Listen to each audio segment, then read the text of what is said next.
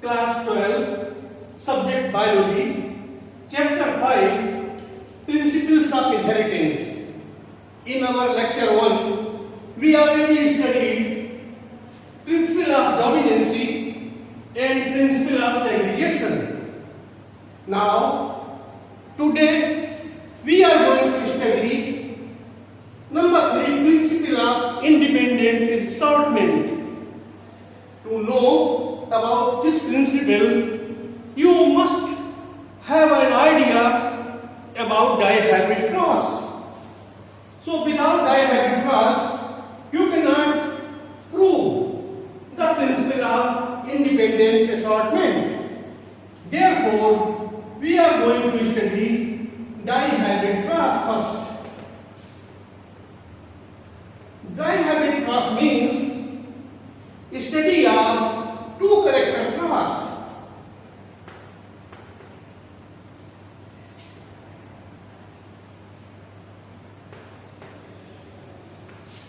Or we can say inheritance of two genes.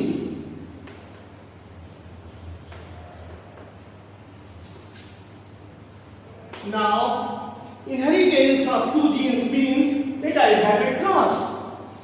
In dihybrid cross, we shall study two characters in place of in monohybrid cross we studied one character at a time.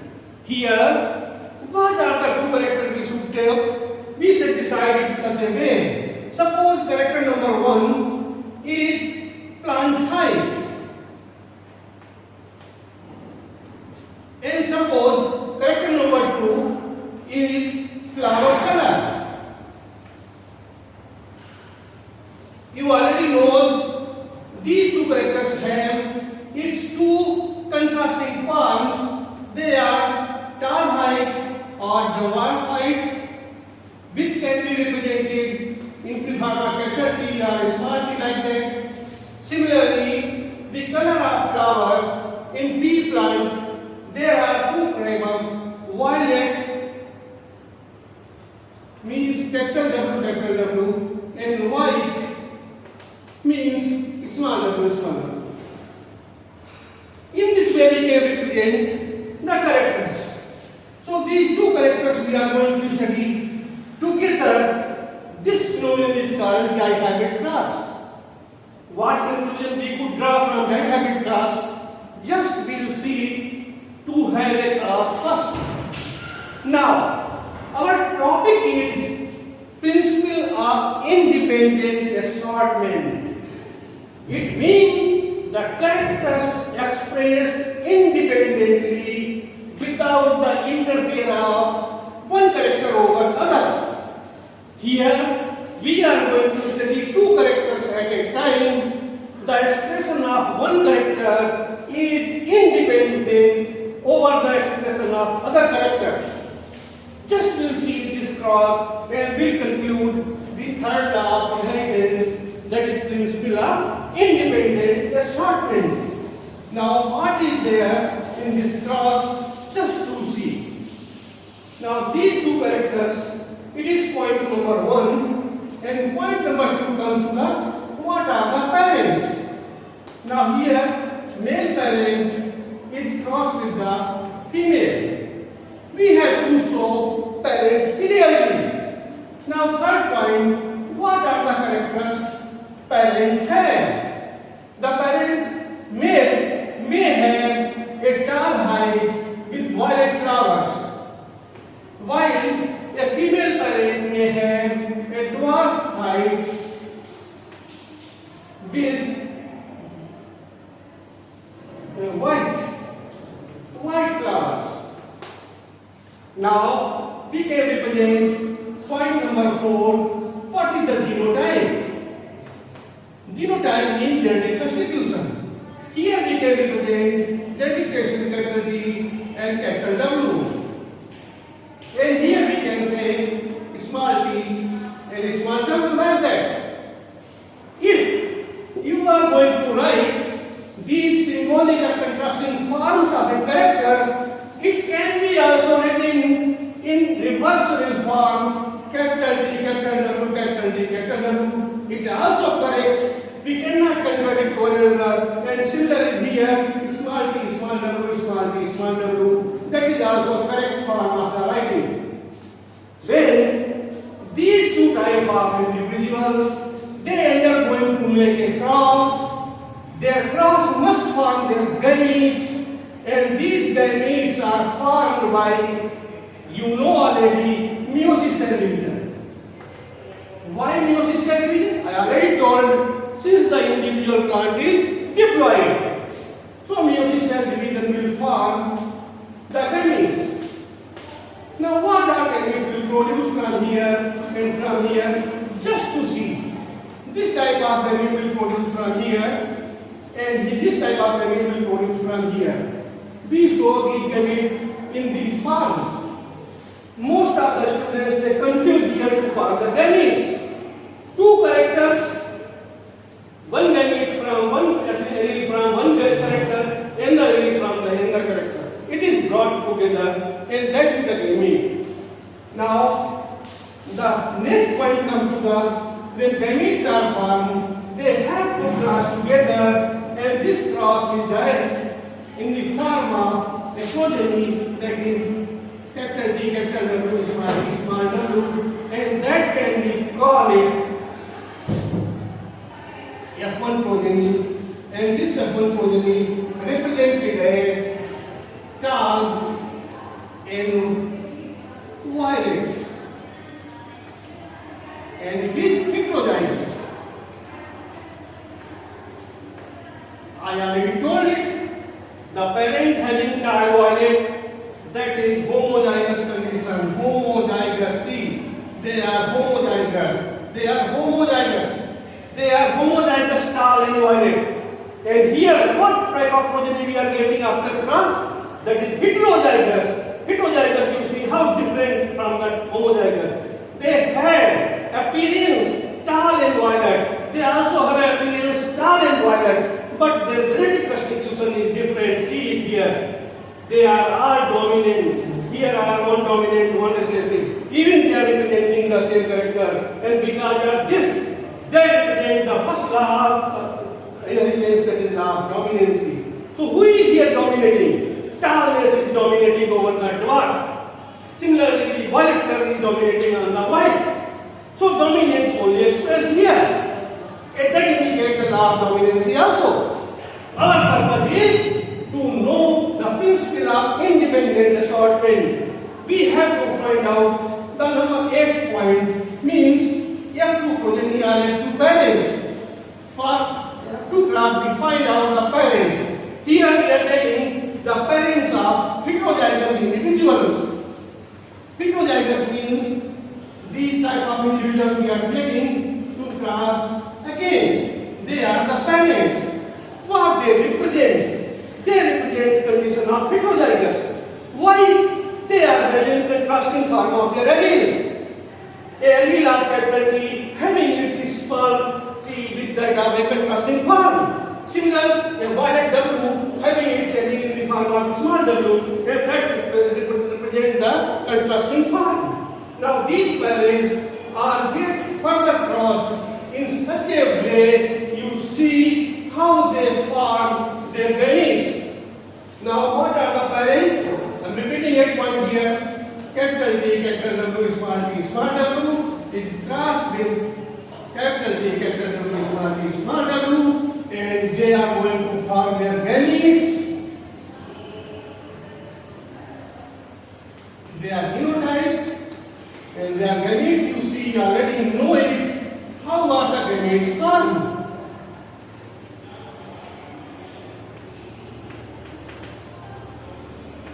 Now gametes can be learned how to form. We take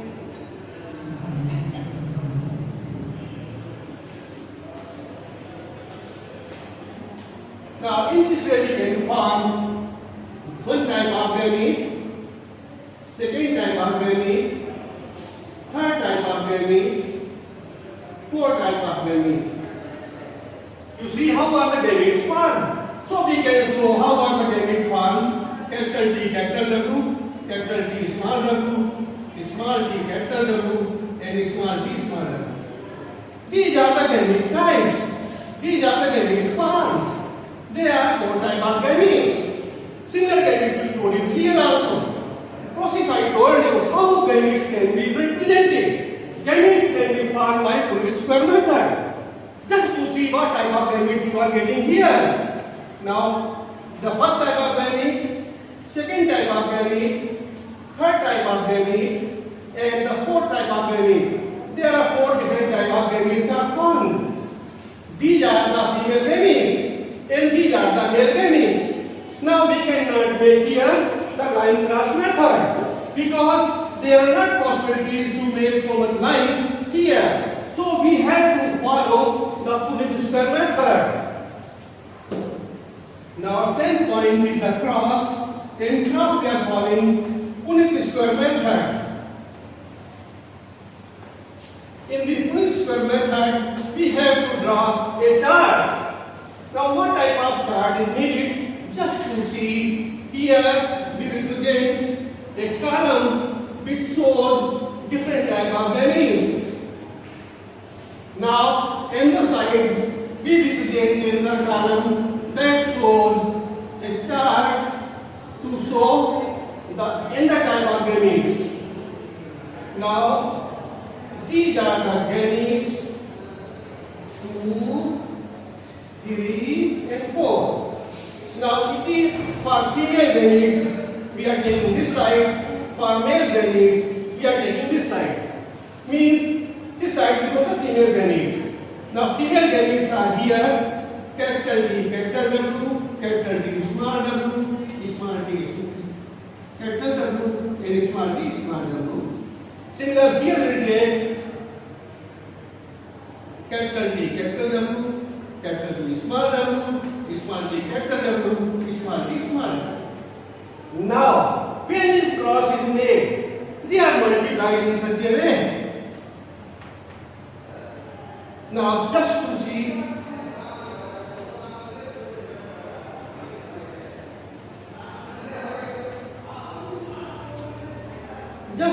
how I am drawing, we are just putting both together. Now, it is a female gamete mixed with the male gamete. The product will be of this type. Just to see, it's clear. Now, it is the female gamete, here is the male gamete. They brought together just in the form of these. In this way, all the columns will be filled. Just I am filling the column.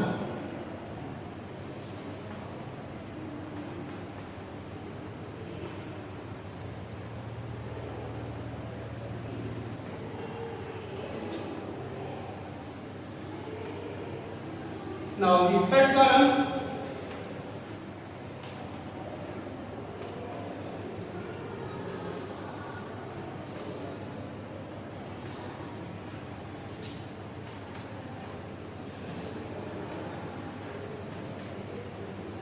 now the fourth column,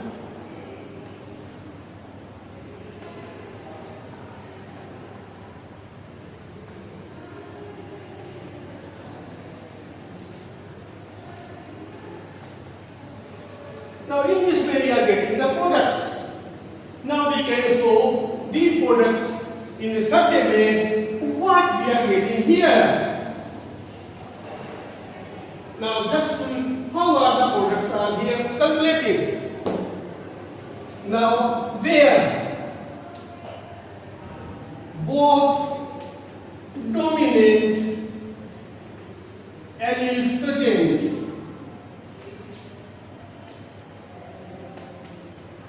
now how many we are just counting? 1, 2, 3, and 4, 5, 6, 7, 8, and 9. They are 9 numbers. And what they have? They begin tall and violet. Now, second, only one dominant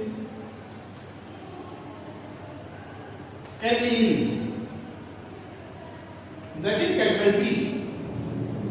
They are counting just to see capital T is having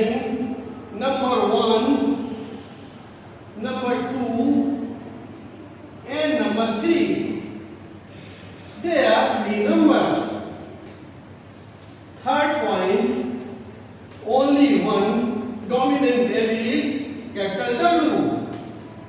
Now just to see, these are 1, 2 and 3. Means there are also 3 numbers. Number 4th condition, without dominant allele,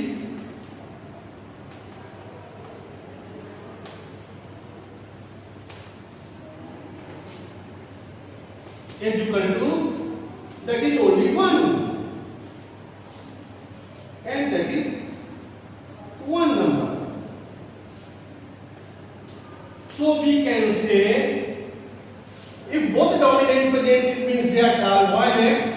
If only one dominant present, they are tall white. Now this third one is the dwarf violet, and fourth is dwarf white. So 4 types of individuals we are getting.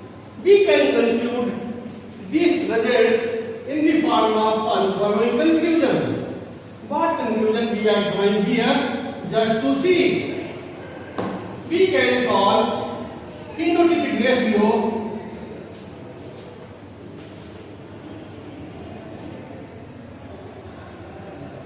number 1 tall violet is equal to 9, 2 tall white is equal to 3, third dwarf violet is equal to 3, and fourth dwarf white is equal to 1. We can call it 9 ratio, 3 ratio, 3 ratio, 1. And here we are finding the parental type.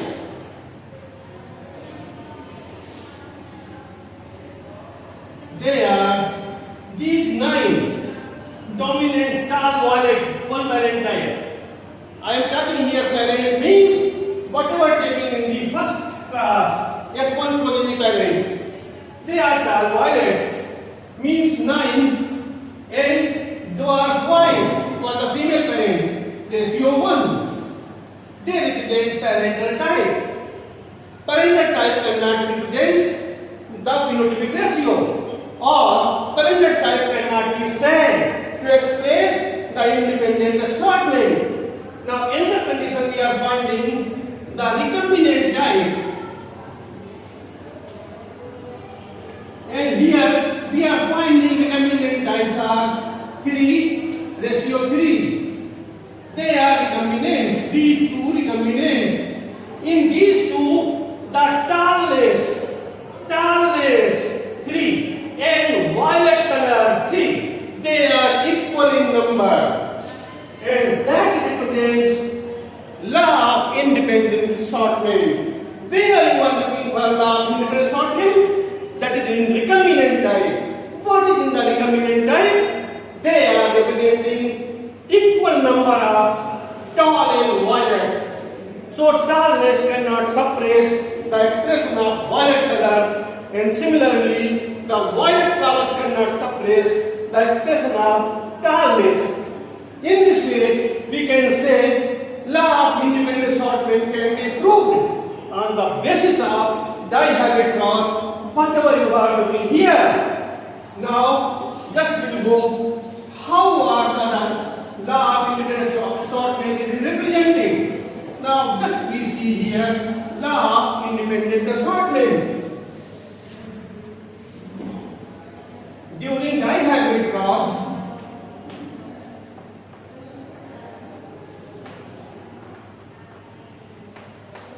the dominant characters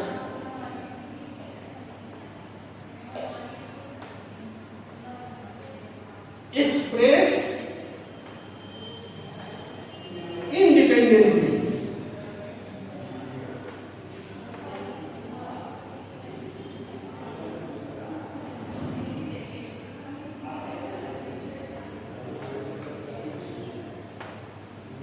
one character cannot suppress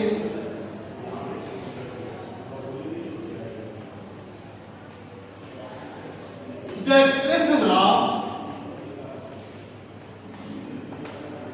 other character.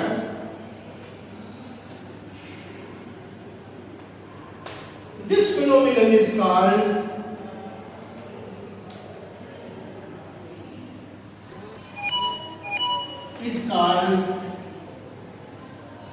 law of independent assortment.